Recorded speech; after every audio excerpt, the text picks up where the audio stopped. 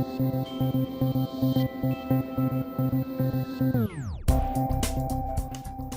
morning, everyone. I hope you had a great night. And I'm excited to kick off today. We learned a lot yesterday about equine therapy. We learned that Deborah Quazzo has some stiff competition from Jeb Bush on who can respond to emails the quickest. And then also that while University of Florida is open for business, it sounds like Citi is giving them a run for their money. I don't know if any of you are Ariana Grande fans, but all I could think of is the Seven Rings song. It's like, I want it, I got it. You know, it's like, they're great. No, but in all seriousness, Citi, great to see the leadership that you're doing and making sure you're developing your people. Our panel is about AI. Will generative AI be the world's greatest learning acceleration? And before we actually talk about AI, I want to kick it off and ask the panelists, up until this point, not including AI, what do you think has been the greatest learning acceleration so far? And what can we learn from that as we're thinking about AI in education? So I'll leave it to you on who wants to kick it off first if anyone has a thought. Okay, I will get us started. Well, two of them come to mind straight away. One is obviously the public education system that we have in the US and globally. The second one that comes to mind is the creation of Sesame Street, which I think has influenced a lot of our lives in ways that we could not have imagined 50 years ago when it was created. So the creation of this public media asset for our nation has been truly transformational. Great point. So I would say internet search. So, I mean, my 9-year-old he fully understands how to go and Google something, you know. And so I would say for sure that, because I mean, he can go and look through his interests, he can find anything he wants, do it really quickly. So I think that's really been transformational because it takes his learning beyond the classroom and beyond what he can ask us at the moment. He can quickly go and find his iPad and Google it and get an answer. And totally agree. And I think more specifically for me, YouTube has been the greatest learning acceleration in the last like 20 years. Yeah, before it's like, how do you change a tire? You just kind of have to know. But YouTube just shows you all these tasks that are kind of hard to write down very quickly. So I'll probably go a little earlier. If you look maybe 100 years ago, sort of a pre-20th century model of learning, you know, the way that students were thought of, the way that children were thought of was basically defective little adults that we didn't really understand how they learn and what they learn. And if you look at sort of the development of developmental psychology in the 1920s, Vygotsky and the idea of zone of proximal development, the idea of the science of learning at all, that's something that really wasn't a scientific field prior to 100 years ago. And so if you look at the transformation from 19th century schools to 20th century schools, you know, the way that early childhood, elementary, primary school education looks now is completely different. We understand that children are their own thing. That really did just fundamentally alter the way that schools work. It's a great point, and it's interesting to see we've got two sorts of systems of education, the public school system and the system that formed around that, and then also the consumer learning. You mentioned YouTube, you mentioned the internet and your 9-year-old, and I'm curious, Jules, in addition to your work at Vanderbilt, I know that you're teaching about 140,000 students on Coursera on prompt engineering and AI, and so in the consumer space, outside of institutional learning, where do you see that AI could really have an effect on consumer learning? Well, I think one of the things that is underappreciated is the ability to, people talk about AI being biased, but one of the really exciting things that I see is people using AI to overcome their own biases. So you see people going in and using it for ideation, where they go and they say, you know, give me 10 ways of doing this, as opposed to going in and solving the problem that they're biased and know how to solve it. Or we have confirmation bias on data, and so they say, you know, challenge my assumptions, give me alternate interpretations of this. And so a lot of the really interesting ways that I see it are actually coming from people in industry talking about using it. And the first time I really got clued in on the importance of this was somebody in investment banking that told me, we want to game our deals. And basically what we want to say is act as a skeptic of everything I say in this presentation. Here are my slides. Ask me hard questions that challenge my assumptions. And so I think one of the really, really interesting things is that expansion of possibilities in terms of what we think about some piece of data or some document or some way of solving a problem. We've talked about at Vanderbilt in the maker space of when somebody comes in, we have, you know, essentially ChatGPT plus a inventory of every piece of equipment, nut, bolt, glue that's there, and students start by asking the question of, how can I manufacture this? Give me 10 different ways within this makerspace, and then it gives them options, and then they start exploring and thinking about, well, what are the pros and cons of different options? But right now, today, students come in and they say, I want to build this, I know how to use this tool, that's the way I'm going to do it, and it sort of limits the way that they think about solving the problem. So I think that's one of the really exciting things that I'm seeing. Interesting, the ability to expand our creativity, but also it forces that critical thinking. And I know, Isabelle, at Stanford, you're thinking a lot about how technology can influence education. And I'm curious, during some of the panels yesterday, I think that the GSV presentation about hallucinations and such, and they talked about, there's a great question I think Jeff had asked around, could this reinforce bias? How are you thinking about AI as it could either support the reduction of inequality or actually increase inequality and bias and such in our educational system? Yeah, so far, there is early research that actually is very, very promising on reduction of inequalities through AI. And that's happening in writing, in creativity.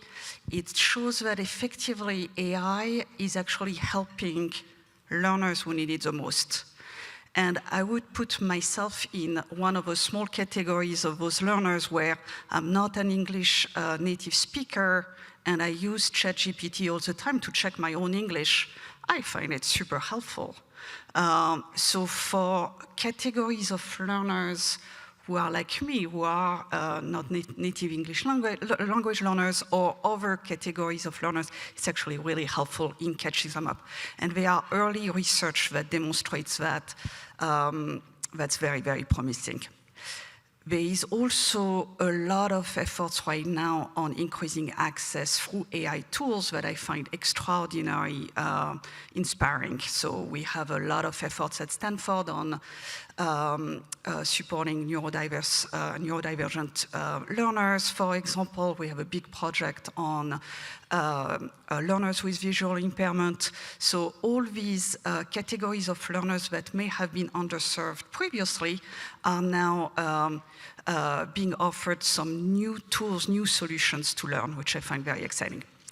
Now there is a big question which we haven't resolved with AI, which is a digital divide. And the digital divide is now at multiple levels because LLMs right now require broadband. So we have a wildcard, what I call a wildcard project going on at Stanford at the moment to have an LLM that could be used in low broadband or no broadband settings. That could really be a game changer in a lot of areas in the world that do not have access to broadband. Yeah, I think that's a great point of you need the internet connectivity in order to really use some of these models. So going more to the institutional space, I know, Sergey, you had developed some technology, I think it was called GradeScope, that you had sold to Turnitin around an app around grading, and now working on Volition around assessment generation and all the components around assessments. We also know that teachers spend a lot of time and professors on grading, assessing. How do you think AI could be used in that space? And teeing up that point around bias or false positives, what are the watch out points as well? Yeah, so AI can be used directly for learners to accelerate their learning, or it could be used indirectly where the teachers accelerate how they do things in order to help students better. And, teachers are the most reliable intervention you can do, right? It's just one-on-one tutoring to increase learning. So the more we free up teachers to do more one-on-one with their students, the better the outcome should be. And right now they spend a lot of time grading assessments, creating assessments, maybe even creating content. And today's AI is really well situated to help them with that. So that's very promising. And it has an extra benefit, which is that the AI does not have to be 100% correct. Because even with the advanced models we have today, there's still mistakes that the AI models make. And if you expose the info directly to the students might get misled, like they come to believe false things. But if you show the teachers first the teachers still save time because like a lot of the work is done for them, but they act as a quality control layer where they say, okay, like this assignment that was mostly generative AI is approved by me, an actual human trained instructor, and only then does it go to the students. So I think it's the perfect place to apply this generation of AI today. You raised an important point though, about do you deploy it directly to students? Do you deploy it to students or professors? And I think that the US Department of Education released not too long ago a report talking about the use of AI and having a human in the loop. And the idea, for example, in a commercial context is you may not deploy AI directly if you have a customer service center to customers calling in, but you would deploy it to the agents at the customer service center to provide better responses. And so I'm curious, Elijah, with your background in AI, and you were telling me some of the companies you've been evaluating on behalf of GSV and making sure that their AI actually checks out. Based on your background from Lightside Labs that you sold to Turnitin and working on writing feedback, what do you think of that tenet of keeping humans in the loop, and what considerations should we be thinking about before we unleash AI directly to students? Well, I guess I would question the we there, because you mentioned the U.S. Department of Education, what they say you should do in education. You know, you mentioned what teachers can approve of the content that gets released to students. And I think we have a bias, especially many of the companies in this room, that we build institutional products. We sell to schools, we sell to professors. But the students are also out there. And there are still companies, many companies that are in this room that sell or don't sell, just offer products directly to students. And I think, you know, when we think about human in the loop and trying to build safeguards for what we deploy in curriculum, what we deploy in an LMS, in sort of pedagogy and syllabus, the students are adults out there. They're 20-year-olds that have ChatGPT too.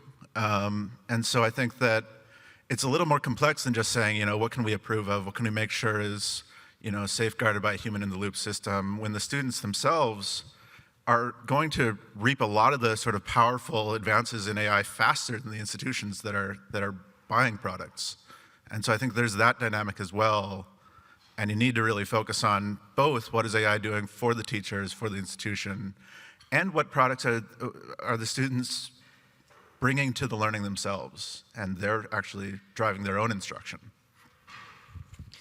This has been, you all have been very nice and agreeing with each other. So we're going to have our like Rosie O'Donnell, Elizabeth Hasselbach moment on The View. I want to get a little bit of contention. And I heard last night, Elijah and Sergey, you were talking about AI and could it be sentient? Is there consciousness? As we think about deploying, to your point, directly to students, which are much more vulnerable, I would say, than an adult over 18, what are your thoughts? What did you discuss last night, and where are you coming down on that side of the issue? Do you want to start? Yeah, it's a question like, when will AGI kind of arrive? And you can give an answer to that, but then that's mostly going to be a miscommunication because people just have different ideas of what AGI means. So we're trying to disentangle it. Like, do you mean this model is self-aware, like it knows it's an AI? Do you mean that it's conscious, like it feels like something to be the model? Do you mean that it's really capable, like it can do the job of anyone I can hire right now as a remote worker?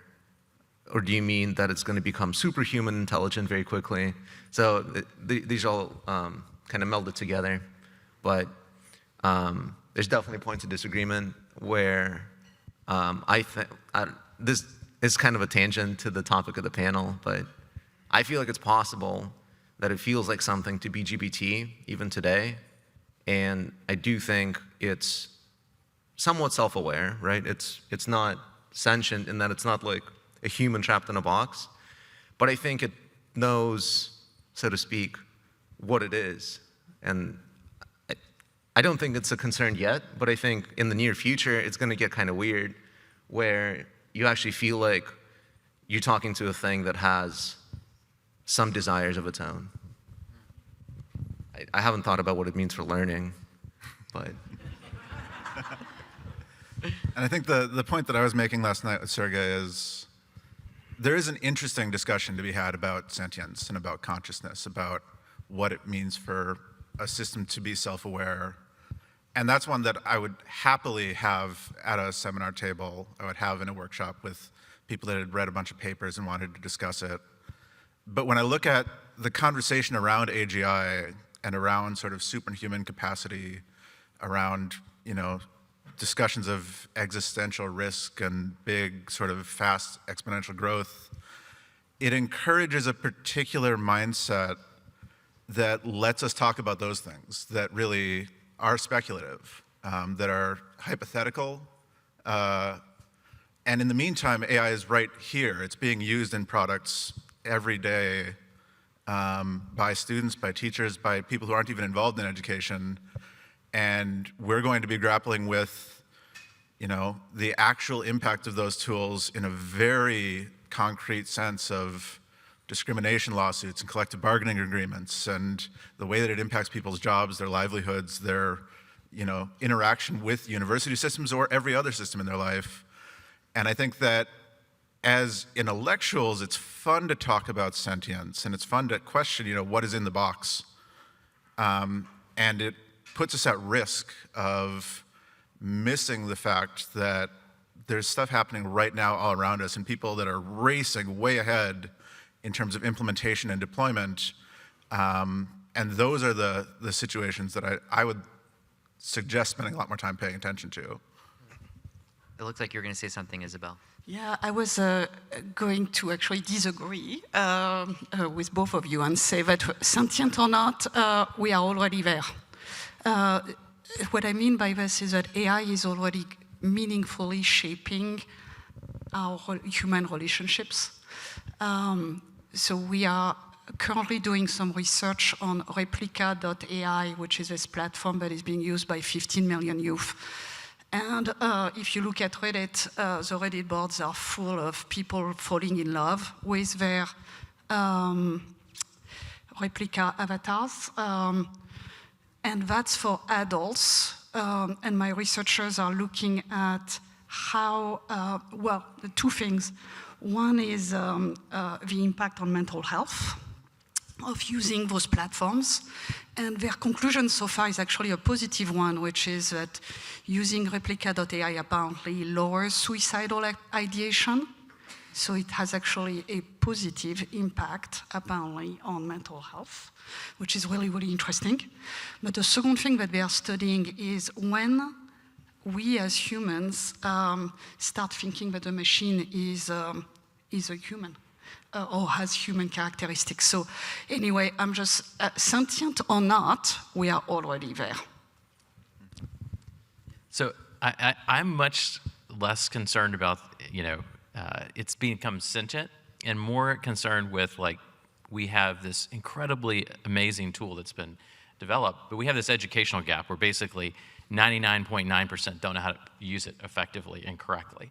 And so what concerns me more is, like, people going and using it to do the wrong thing, generate a lawsuit with, fake references and thinking that they were using it correctly. And so the starting point for me is, closing that educational gap so that people understand what it can do, how to use it appropriately, what is it, and because I think near term that's a very, very significant risk, is that people are going to use it in the wrong way or use it in ways that are unethical, and then of course all the misuse. But there's also this other side that I think is related to what was just discussed, which is like the impact it's going to have on humans, but also in a positive way. So I hear a lot of people talking about, like, I've never been more creative.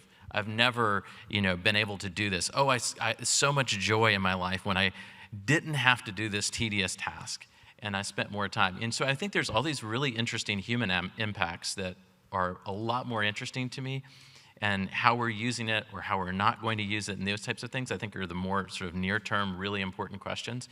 And we should really also, how is this going to impact the labor market? I think that's a question that's really important. And then what are the policies and things we should encourage within companies and how they adopt it? So at Vanderbilt, we're talking about it in terms of augmented intelligence rather than artificial intelligence. So we say, look, you shouldn't think about developing artificial intelligence to replace people. You should think about how you augment and amplify human creativity and problem solving. And that's what we want to do here at Vanderbilt, is we want to give people new possibilities, capabilities, new ways of exploring things, and use it in ways that support that, but not replace people. Because one, it does make mistakes, and so I think you need a human in the loop.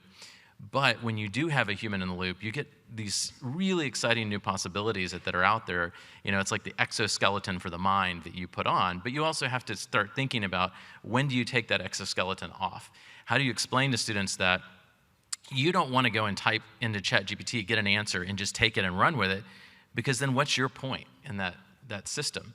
Like, if the loop is going through you just so you can copy and paste, you're not providing value. You will be automated out. No, you have to look at what's coming out of it and go and improve on it, build on it and do something more. So I think starting to think about how we communicate that, educate around that, that's really important, and we're behind on that from my perspective. That's helpful. I was asking Lev yesterday, I think he's in the audience, about ASU and what AI projects they had going on there. And I'm curious, at Vanderbilt, given your role around Director of Strategic Projects, what are some of the most interesting applications of AI that you're seeing on campus? Yeah, so we have an initiative across the entire university called the Vanderbilt Initiative on the Future of Learning in Generative AI. And basically it involves every single school, and we're looking at, from an educational perspective, but also operations within the university in terms of infrastructure that we need. And we have a sort of top-down global approach to this within the university. And we see people using it in all kinds of interesting ways. So one of my collaborators, Holly Tucker, she's in French, and she's the director of the Robert Penn Warren Center. And at the beginning of her course, she gives out prompts to all of her students, before assignments. And she says, here's the prompts, and I want you to use these prompts to evaluate your work before you submit it, and iterate on it multiple times using these prompts. And so before students have ever submitted, they've gotten feedback that's carefully, she's crafted the prompts, and it gives excellent feedback to the students. She had another example where she was basically having them generate dialogue between historical characters from the French Revolution in French, and then going and analyzing the characteristics of the language. Is it appropriate? I have another, in my cybersecurity class, I have it act as a computer that's been the victim of a cyber attack. I'm going to type in Linux bash commands, and you're going to basically output what the terminal would. And it can go and do it. It can accurately simulate, within a reasonable degree, what that computer would look like, and it can hallucinate things that have been done by the computer. And my students can go in it and start interacting and exploring. And by the way, it gives them tips on what's wrong with their bash commands when they type things in that are wrong. Like, if I had to program that as a computer scientist before this, no way I could do it. Not even with a team in probably years could I get something of that fidelity. And so, I think we're seeing all these use cases across all kinds of departments. I also have a collaborator, Jesse Spencer-Smith, that they're using it to do music classification through in-context learning and doing all these fascinating things. So I think that I couldn't even probably closely, accurately represent all the use cases. We have them in law everywhere throughout campus. Those are really helpful and interesting to hear about. I'm curious, Isabelle, from the Stanford Accelerator for Learning, what are you seeing in more of the K-12 space that excites you around artificial intelligence and its application? Yeah, so very similar to Jules, at Stanford, we're seeing an explosion of activity around AI, and not that we didn't have before, because Stanford actually invented diffusion models that were at the inception of all the generative AI tools. So we have been invested for a long time. But right now, I'm calling it on campus the AI Renaissance, with this amazing creativity from faculty, students, partners. Really extraordinary, very similar to what you're experiencing here at Vanderbilt. So in K-12, we are working on many projects. Some very exciting ones are in the realm of assessments. So looking at new ways to take multimodal input in classrooms and provide more, new ways to evaluate children's learning. Another area which I love is feedback, teacher feedback. So by leveraging natural language processing in classroom environments, teachers are now receiving new ways, things that we were not able to do before. So new forms of feedback that then are translated in meaningfully improved learner outcomes and more equity also, because it signals, it has surfaced, nobody would be surprised in the room here, it's surfacing a lot of biases in how teachers are interfacing with their learners in classrooms. Yeah, I could go on, but that's a lot of exciting projects. I would just add one thing that may be interesting for the audience. We have increased the number of classes on AI based on the student demand by 3-folds over the past year. So if we think in 10 years, and we're at ASU GSV, and we look back on, and I was looking actually, in 2020, the last time they had the Leaders Summit, and I was looking at the agenda, and there was one session on AI, so how times have changed within 3 years. But we look 10 years forward, and AI wasn't the greatest acceleration for learning. Why do you think that would be? I just don't believe we're going to say that, so I'm just going to refrain from answering. I think what the last couple of examples have really highlighted is that at Vanderbilt and at Stanford and at really well-resourced and equipped institutions, there's really smart instructional designers that are building some really cool stuff. And I don't disagree with a single word that was just said. And I think that at the majority of institutions, to what we heard about a lot yesterday, the students don't necessarily come into class hoping to hit all the learning outcomes that are on the syllabus. They're motivated by different things that people talked about at length yesterday.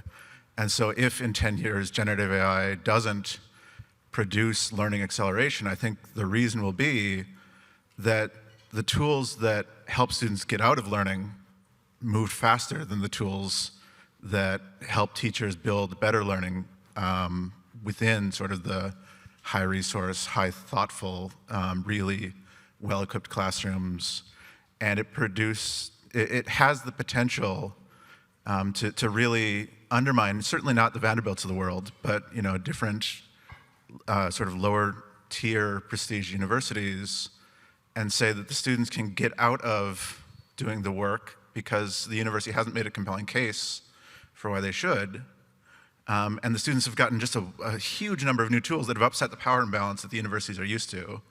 And so it's on the universities to come up with a motivating and compelling reason why the students should take learning seriously. And I think that it won't necessarily come down to really thoughtful and creative instructional designers. It will come down to really the dynamic of students going to university in the first place and making sure that that's worth it for them. I'm going to actually adjust my answer. So I think the biggest mistake that's been made regarding education in this is that it was discussed in the context of cheating.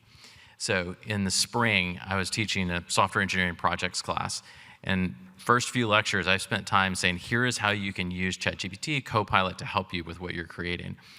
And middle of the semester, I did a poll of the class expecting like almost all hands to go up, who's using it? And basically it was maybe 20% of the class. And when I started talking to people, basically their perception was, everybody's talking about cheating. I don't want to get anywhere near this thing and be in any way, shape, or form, thought of as cheating because I'm using this tool. Well, what does that do? It keeps people from going and educating themselves on how to use probably the most impactful tool that they could use for personally helping themselves in education. So I have all kinds of students who tell me, oh, now when I don't understand something, look, if I don't ask the question in class, I can go back and start putting in lecture notes. I can start getting different examples generated. They're using it anyways. And the ones that are using it, it may make mistakes, but versus no feedback, no alternative examples outside of class, no fear of asking questions, like they can go and use it in this private space and do all kinds of things to help them. So if we don't teach them a right way to do that, and they go and either use it in the incorrect way, or we prevent them from using it because we just keep talking about it in terms of cheating and getting out of work, and we also don't show them how to take advantage of it and build bigger, better, more exciting things to be more creative. If we don't show them how to do that and we just keep talking about it in terms of cheating, I think we're going to have very much hurt ourselves. On cheating, we have a research that's about to come out, but a preview. So the researcher looked at cheating. She had actually access to data on cheating behaviors before ChatGPT and now post-ChatGPT. The percentage of students who were cheating pre-ChatGPT based on the number of criteria that she's been using was close to 80%. Post-ChatGPT, it's 80% as well. So what is really interesting is that actually ChatGPT has not necessarily changed behaviors on cheating as much as we make it a big deal in cheating behaviors. Well, and for both your answers, you both used the word cheating. I didn't. I think that it's sort of bigger than just, there's an academic integrity policy on the syllabus. I think it's more that sort of the definition of what does it mean for a student to do the work is going to move. That the tools are out there that are going to augment and amplify teachers and instructors, and also augment and amplify what the students can do on their own, and it won't look like cheating. It won't look like, copying and pasting off of Wikipedia. It will make the students feel empowered. It will make the students feel like they're doing their work faster and better, and they're getting back to the things that they care about. And I really would be surprised if most of those tools advertise themselves as, we're going to help you cheat your way into an A in this class, and then you can move on with your life. Certainly some will, but I think a lot of them will simply make students feel like better, faster, producers of content. And to a professor 20 years ago, it may look like, well, the student didn't do the work that I expected. But to this professor 20 years from now, I think they're going to have to adapt to an entirely different relationship between what is student original work and what isn't. Yeah, it's been interesting to see how so many institutions would ban the tools like ChatGPT at the beginning, and to your point, Jules, instead of teaching how to use it. And it makes me think of a colleague who would give keynotes and say, we don't ban kids from crossing the street because they'll get hurt. We teach them how to look both ways. And there's certainly a component there of how do we encourage the right usage. We have a couple minutes left. If folks have any questions, I want to make sure to open it up. Yes, Deborah. I'm on the board of the company that acquired both of these guys. So we've got a lot of alternative software. So do you all think Ethan Mollick has been very vocal at board about detectors. Do you think detectors are a futile exercise? Do you think just love to hear how you guys think they fit it. These are AI detectors. Yeah. Yeah, is it possible to detect whether a text was written by AI or a human? My take is, I don't think it's possible today, and I don't think, it certainly won't be possible in the future. So I think it's, yeah.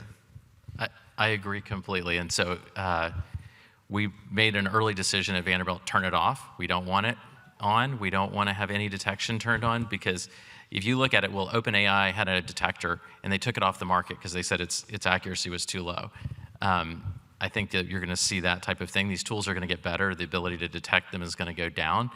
And I also think, when it's baked into Google Docs, when it's baked into Office 365, and when it's baked into every tool we're using, I think you're also going to have a really hard time saying, you have to go in, you have to find it, you have to turn it off, and realistically, it's going to be hard to avoid it.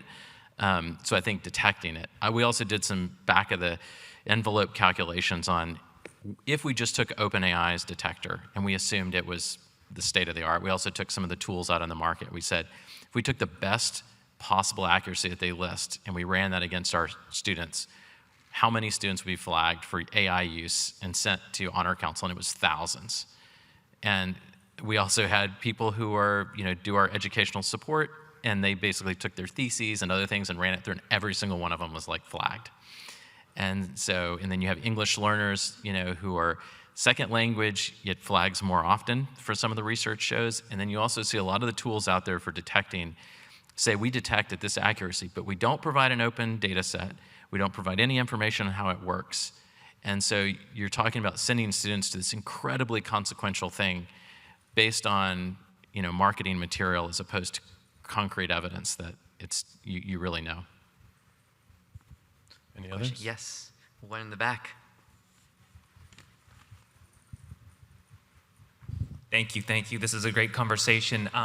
Just assume for a second we're headed down the path of general intelligence. When you think about the symbiotic relationship between humans and this type of technology, does that redefine how we think about innovation from a corporate perspective or otherwise? I'm interested in that dynamic because it sort of affects how you think about developing leaders for the future. Interested in the panelists' comments to that one. Yeah, I think that's a great question. And the one way to read this title, will generative AI be the world's greatest learning acceleration, is that for sure, because the machine learning is actually learning more than any one human, probably GPT-4 already knows more than any single person alive, and that's only going to keep happening. And so, yeah, the question is like, what's the role of the human when there's a machine that's probably more capable than them on most things? And I think it's kind of like an architect. So that's the way I'm thinking about it. It's like all of us are going to become more like architects and less like the craftsmen and the carpenters. We need to know what to build, but then we don't actually need to know how to build it. And that's becoming more and more true for me in my daily work as coding. Like, I don't need to write a good algorithm. I can find it, or the AI can write it for me. But what I do need to know is like, when do I need this? Right? What do I need here? And so thinking about like my own child, like what I want them to learn for the future, I think it's like problem-solving skills, and then a broad knowledge base of like what's possible, but not the details of any single thing. That's how I'm thinking about it. And what I wouldn't downplay is the importance to people in these careers, in these innovative careers, the value of taking credit for the work that they put in, whether that's augmented by AI or not.